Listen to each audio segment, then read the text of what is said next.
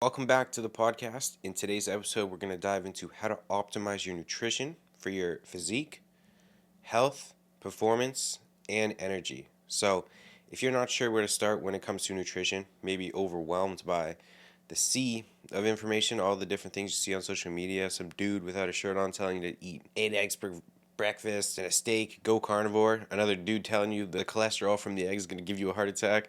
Maybe you're simply putting in the hours in the gym but not seeing results. Maybe you're not losing fat or building muscle at the rate you want to be. Maybe you're always tired. Maybe your mental performance isn't where it's at. Nutrition is the answer. So, we're going to cover every aspect of nutrition and give you all the tools to be able to maximize your results towards whichever goal you're working towards, whether that be fat loss, muscle gain, more energy, mental clarity, or a combination or all the above.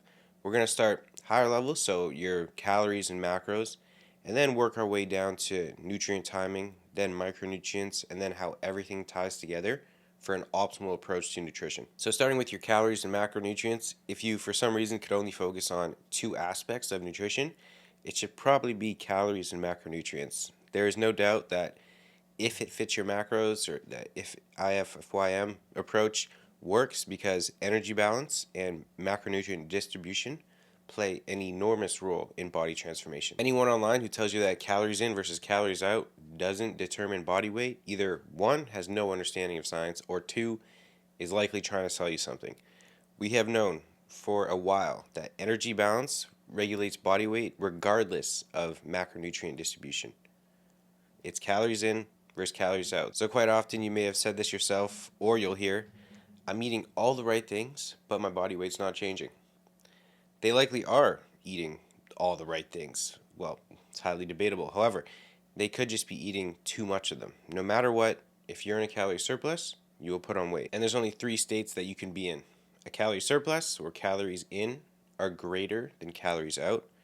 There's a state of maintenance, where calories in are equal to calories out, and then a calorie deficit, where calories in are less than calories out. So regardless of macronutrient distribution, how you distribute your protein, carbs, and fats, your total calories will dictate your weight. So for example, if you have two people eating 2,000 calories, person A with a poor macronutrient distribution versus person B with a healthy macronutrient distribution, let's say like 33, 33, 33 with protein, carbs, and fats, I wouldn't consider that quite optimal, but it's a healthy macronutrient distribution. Their body weight is going to be quite similar, but macronutrients are going to determine what you look like at that body weight and how you perform at that body weight. So, person B, following that healthy distribution, is going to look and feel and perform a whole lot better than person A. So, I'll just tell you how to set your calories before moving on to macronutrients. There's a ton of ways in which you can do this, but one of the easiest ways is simply body weight times 15. Quite solid for guessing your maintenance. Then body weight times 16 or higher for a surplus, so putting on muscle mass. And then body weight times 14 is a good start point for fat loss. To quickly touch on the role of each macronutrient, protein is essential for building and maintaining muscle. It plays a role in muscle repair, recovery, and growth after training, making it pretty much the pillar of any performance or, let's say, physique driven diet.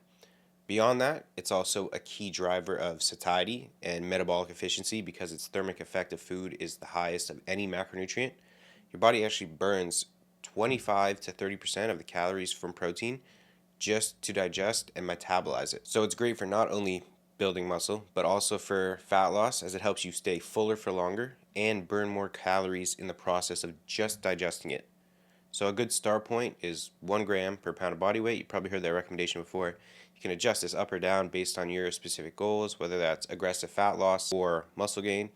If you're in a more, let's say, aggressive fat loss phase where in a calorie deficit, I'd bump the protein up slightly just to ensure you're giving the body the amino acids it needs to preserve muscle tissue, as well as the additional benefit of it improving your satiety. Next, we have fats, which are often misunderstood, but they are key to overall health and performance.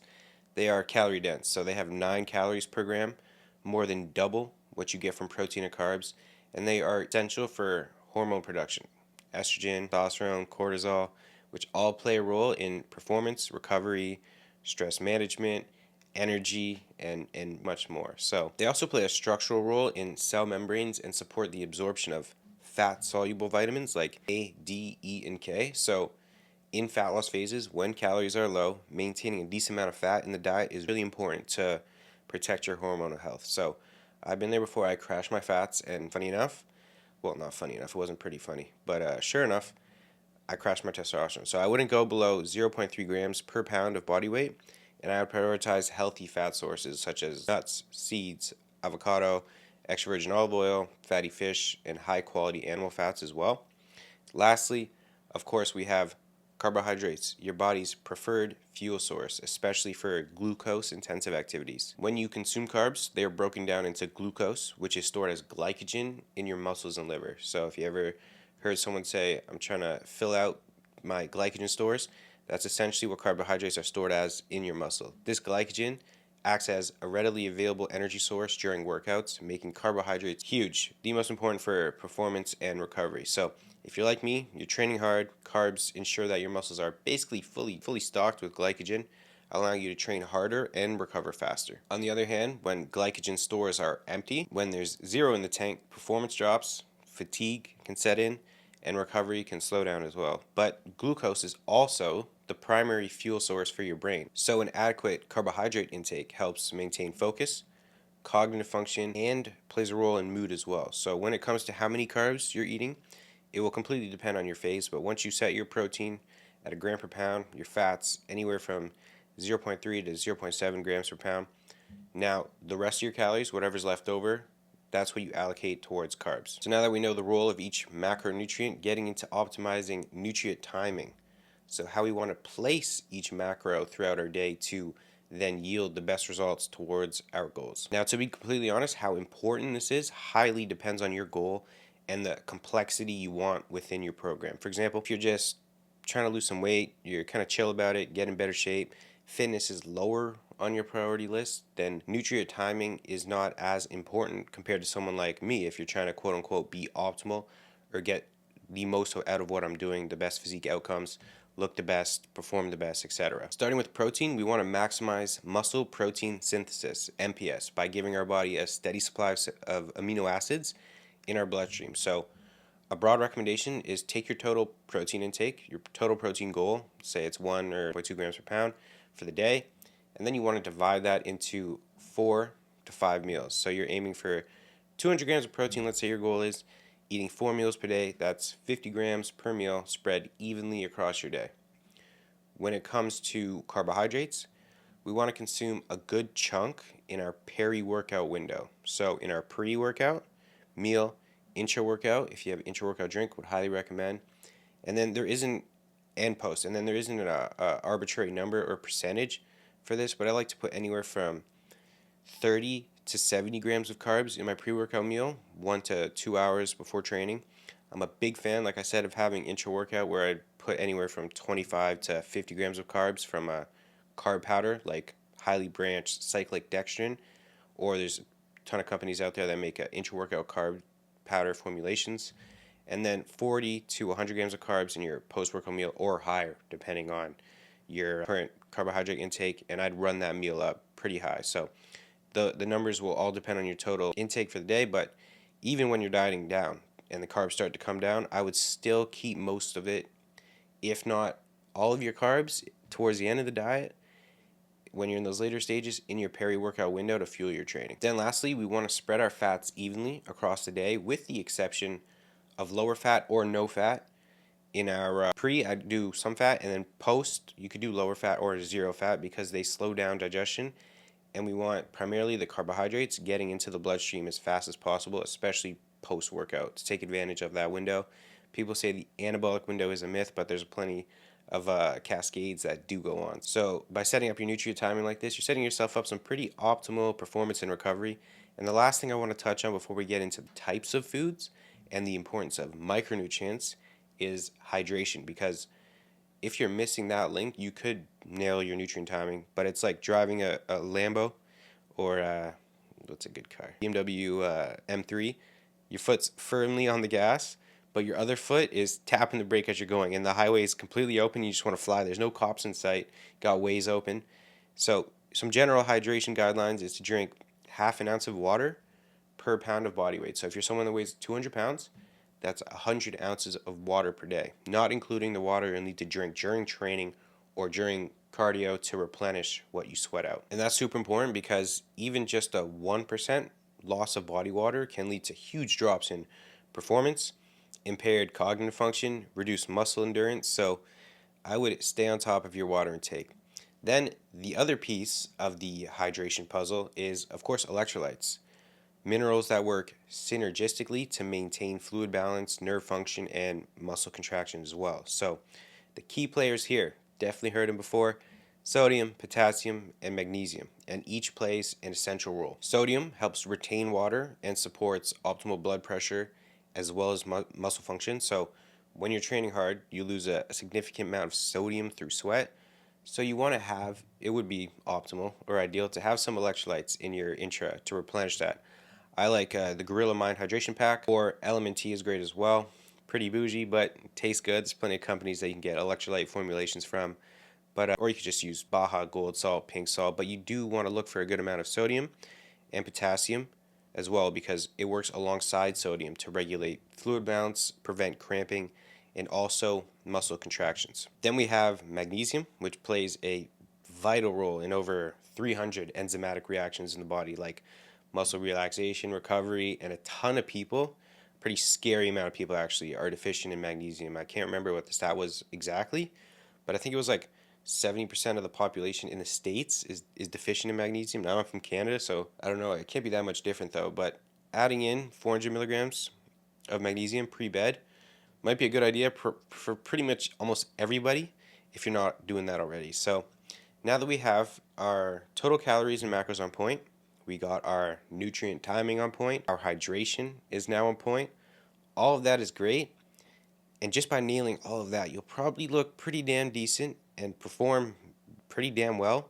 But micronutrients are what determine how you feel, and in some part, how you look at that body weight or performance goal as you're working with that performance goal, because they play a huge role in how you perform, how you recover, your energy, your sleep, your digestion. There are, no joke, millions of reactions happening in your body every single second. And it's crazy when you start looking at the numbers, and 22% of these reactions are rate limited by a micronutrient, meaning they cannot happen unless there's adequate micronutrients in place in order for that thing to happen. For example, a great example of this, creating a thyroid hormone requires selenium, zinc, and iodine. If you want to create adrenaline hormones, you're going to need vitamin C, copper, and vitamin B6. All of these things require some form of micronutrition in order to facilitate whatever that program's cells function. So before we dive into it, just to break down what a micronutrient is, they are called micro because they are very tiny. We take in far less of them in order to get their efficacious dose than we do our macronutrients. Now, the two biggest categories of micronutrients are vitamins and minerals. And then those two are also broken down into two separate categories. You've got your macro minerals, which are your bigger minerals that you take in quite a fair bit of, such as electrolytes. And then you have your trace minerals, which you get in very small amounts in order to get the efficacious dose, like nickel, chromium, copper, or iron as an example. So you've got your macro minerals and you have your trace minerals that basically makes up your mineral status in the body. And then you have your vitamins. A lot of people are familiar of the two categories of vitamins. Those get broken down into which are your fat soluble and then your water soluble vitamins. Water soluble just represents how they're absorbed in the body. So your fat soluble vitamins, that's A, D, E, and K. We actually need fats to help absorb these vitamins, and they're also stored in fat. Then we have our water soluble vitamins. These don't require any fat at all for absorption. That's why you can take, let's say, vitamin C or a B complex on an empty stomach and it will be absorbed. Or if you ever taken like a multivitamin and after you take it your pee is like lime green, that's just you peeing out the B vitamins. And that's the basics pretty much for what belongs in each category. Your water solubles, they just take water in order to be optimally absorbed, but their excretion is also fast. There are a ton of water-based chemical reactions happening in our body per day, but we also urinate a lot per day.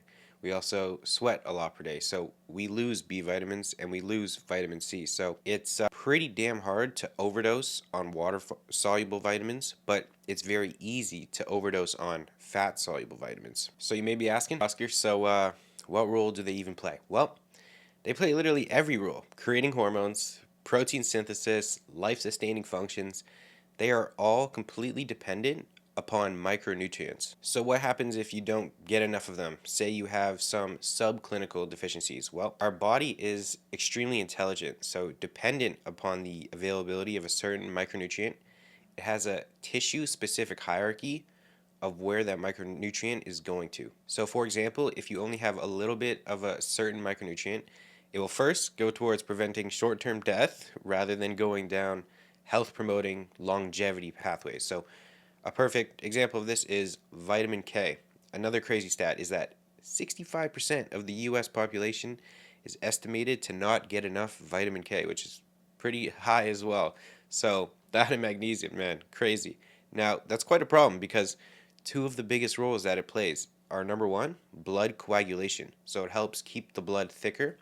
And number two, the prevention of calcification of the arteries. Now, we've seen in human trials, if you take away vitamin K from a person's diet, not all of it, but almost all of it, their blood coagulation actually doesn't change at all. So the thickness of their blood stays the same. And that's important because if you have no blood coagulation, then there's internal bleeding, and that's when you call it a day. So if you take almost all of their vitamin K away, their blood coagulation actually doesn't change at all. And that's because your body's saying, oh, we hardly have any vitamin K.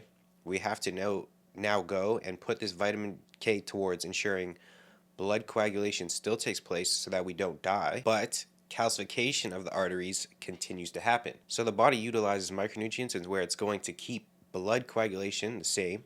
First, because its main goal is to prevent you from dying at the expense of health promoting long-term longevity performance pathways, such as creating proteins in the liver to grab onto that calcium and deposit it into bones or muscle tissue to act as an electrolyte.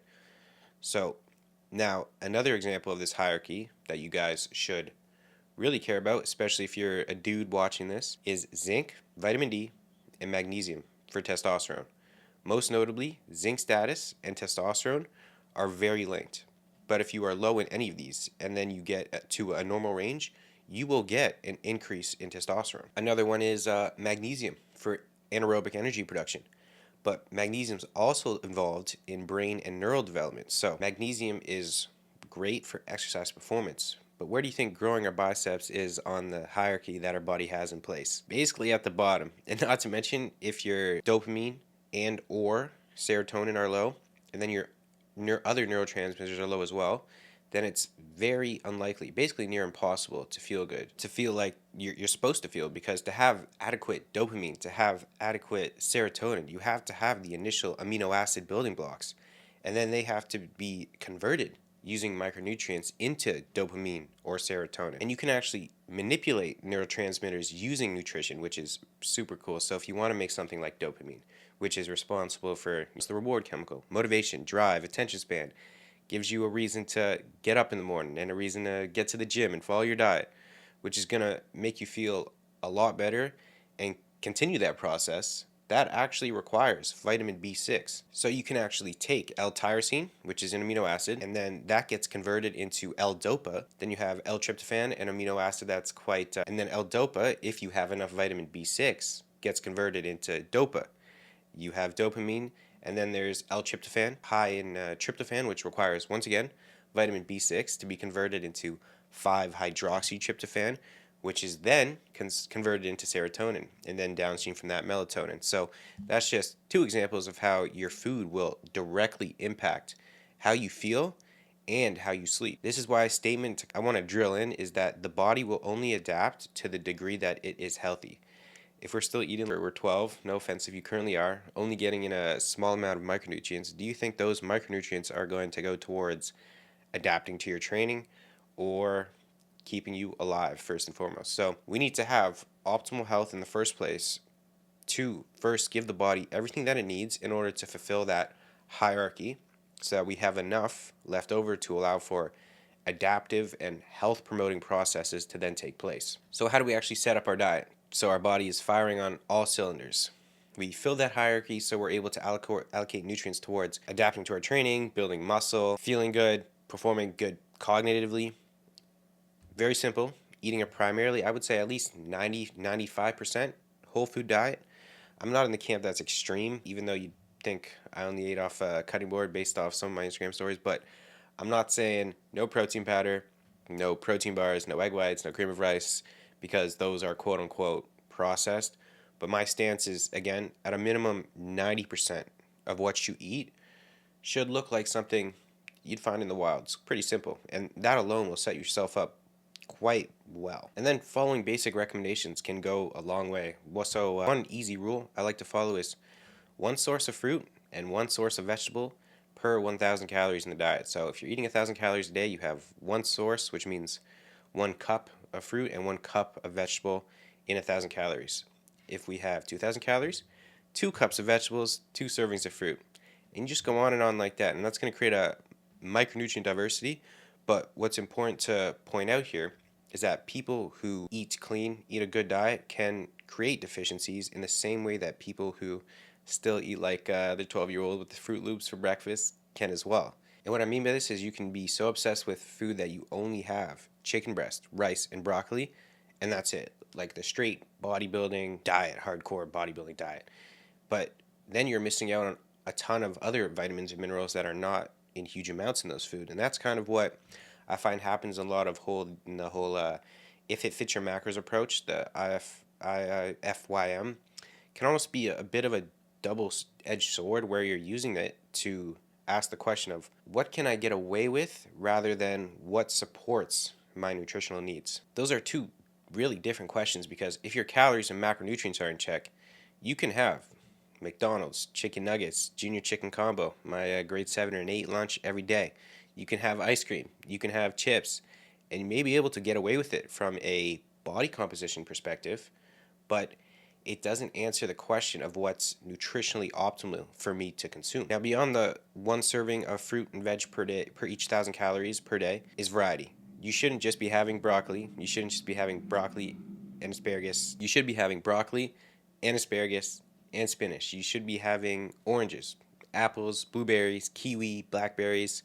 The more colors and textures you can get in your diet, the better, because that represents a different micronutrient status of that specific food. And when I say variety, just keep it really simple. All you need to do is just get what's on sale that week or what's in season at the grocery store. Even if it's one per week, you could eat broccoli this week and then switch it for asparagus next week, and then switch it for spinach the week after that, and then red pepper the week after that, and repeat. And then just do the exact same with your fruit. This week I got blueberries. Next week, the blackberries were looking good. This week, the week after that, the raspberries were looking good. Then the kiwis. And that makes it pretty damn simple. And it's a super easy way to approach it. So just every time you go to the grocery store, just switch things up in terms of your fruit and veg intake. And to make this even easier, I'd recommend using the app Chronometer, which is like the superior version of MyFitnessPal, to track your food, because it will show you your micronutrient intake. And then it'll also show you your electrolyte intake, so you can see where you're at there as well. And then the micronutrients you're not getting in, you can then supplement and backfill to fill those gaps accordingly, if there are any. But I would always make sure your food is dialed in first. For example, your B vitamins, very rich in steak. You don't have to go down the whole grass-fed steak, pasture-raised eggs, even those do have benefits, but that should not be the limiting factor when it comes to your nutrition. If you can't get grass-fed steak, regular steak will do. If you want magnesium, almonds are great. If you want antioxidants, blueberries are also great for brain health. Plenty of studies that show that. Excellent source of antioxidants. Basically, if it's real food, then you're going to have some form of optimal micronutrient status from it. Now, when you look at nutrition research, people have, historically speaking, done well on balanced diets. They've done well on low-carb diets. They've done well on high-carb diets. They've done well on Mediterranean diets. People have done well on paleo diets. But you know what diet people have never done well on? Processed food diets. Never. So you can make any kind of diet approach works if it's real food, if it looks like you found it in the wild. That's 50% of what this podcast is really about. Eat real food. If it came from the ground, or if it was alive once, then that's something that's going to have a good micronutrient profile to it. But if it's in a package where you can get it from your car or the gas station, it's probably not going to be a good thing to have in your plan with respect to micronutrients. Not saying that there's never a place for those things, but like I said, 95% of the diet should look like you could find it in the wild. So that's a wrap on today's episode. I hope you guys enjoyed. I hope you now know how to set up your calories and macros, what to eat, when to eat. We touched a little on hydration as well. A full episode is coming soon on that, so you can optimize your hydration, because when you look into it, it's a pretty big pillar of performance. And then the importance of micronutrients within your diet, why your food choices matter, and how to make sure you're getting all your micronutrients in. So if you want to look good, feel good, and perform good, then optimizing your diet should be a no-brainer. If your goal right now is fat loss, then I'd recommend checking out this podcast here, where I go over 10 things you need to know if you want to get lean slash shredded or reach whatever desired body fat you want. So if you have any questions, feel free to drop them below. If you want more help, click the first link in the description to receive free daily advice, tips, and actionable steps straight to your inbox over the next 30 days that will completely revolutionize your approach to transforming your physique, health, and performance. Peace.